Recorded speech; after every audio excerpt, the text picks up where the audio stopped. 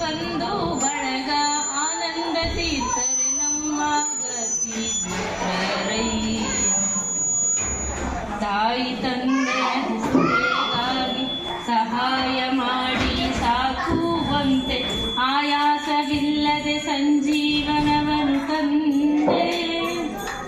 ಗಾಯಗೊಂಡ ಕಪಿಗಳನ್ನು ನೋಯದಂತೆ ಕೊರೆದ ರಘುರಾಮನಂಗ್ರಿಗಳೇ ಸಾಕ್ಷಿ ತ್ರೇತಾಯುಗದಿ. ಬಂಧು ಬಳಗದಂತೆ ಆಪದ್ ಬಾಂಧವನಾಗಿ ಪಾರ್ಥನಿಗೆ ಬಂದ ದುರಿತಗಳನ್ನು ಪರಿಹರಿಸಿ ಅಂತಕರ ಜಾತರ ಕೊಂದು ನಂದ ಕಂದಾರ್ಪಣೆ ಎಂದ ಗೋವಿಂದನಂದಿಗಳೇ ಸಾಕ್ಷಿ ದ್ವಾಪರಯುಗದಿ.